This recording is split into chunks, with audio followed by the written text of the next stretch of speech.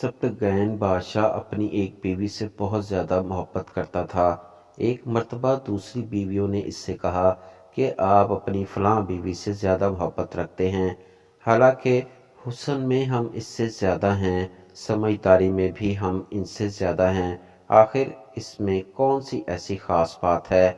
हमें तो इसके अंदर कुछ नज़र नहीं आता, मगर आपकी मोहब्बत की निगाहें जो इस पर उठती हैं वो किसी दूसरी बीवी पर नहीं उठती। आखिर इसकी क्या वजह है? बादशाह ने कहा, अच्छा, मैं कभी इस बात का जवाब दे दूंगा। इसके बाद इसकी बीवियां ये बात भूल गईं। एक दिन सप्तगैन ने अपने घर के सहन में बैठकर कहा कि आज मैं अच्छे मूड में हूँ, इसलिए आज मैं चाहता हूँ कि मैं तुम में से हर एक को अच्छे अच्छे इनाम से नवाजूं। वो ये बात सुनकर खुश हो गई कि आज हमें शाही खजाने से इनाम मिलेगा। सहन में सोने चांदी और जवाहरात के ढेर लगा दिए गए। बादशाह ने इन सबको बुलाकर कहा कि इस सहन में जो चीज़ें पड़ी हुई हैं, इनमें से जिस चीज़ पर जो बीवी भी हाथ रख लेगी, इसको वो चीज़ इनाम के तौर पर दे दी जाएगी। चुनाचे जिस वक्त मैं इशारा करूं, तुम दौड़कर अपनी पसंद की चीज़ पर हाथ रख लेना।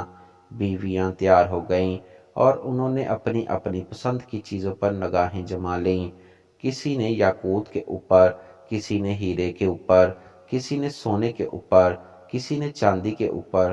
बादशाह ने इशारा किया तो बीवियों ने दौड़कर अपनी अपनी पसंदीदा चीज़ों पर हाथ रख लिए, लेकिन वो बीवी जिस पर इसकी मोहब्बत की खास नज़र रहती थी, वो अपनी जगह खड़ी रही। जब सब ने देखा कि हमने कीमती चीज़ों पर हाथ रख लिए हैं मगर इसने किसी चीज़ पर हाथ नहीं रखा, तो वो हंसने लगीं और बादशाह से कहने लगीं, बादशाह सलामत, हम कहा करती थीं कि ये बेवकूफ़ है और इसके अंदर अकल की कमी है, और आज इसकी अकल की कमी की कली खुलकर सामने आ गई है। ये तो बस सोचती ही रही, लिहाजा आज इसके पल्ले कुछ नहीं आएगा।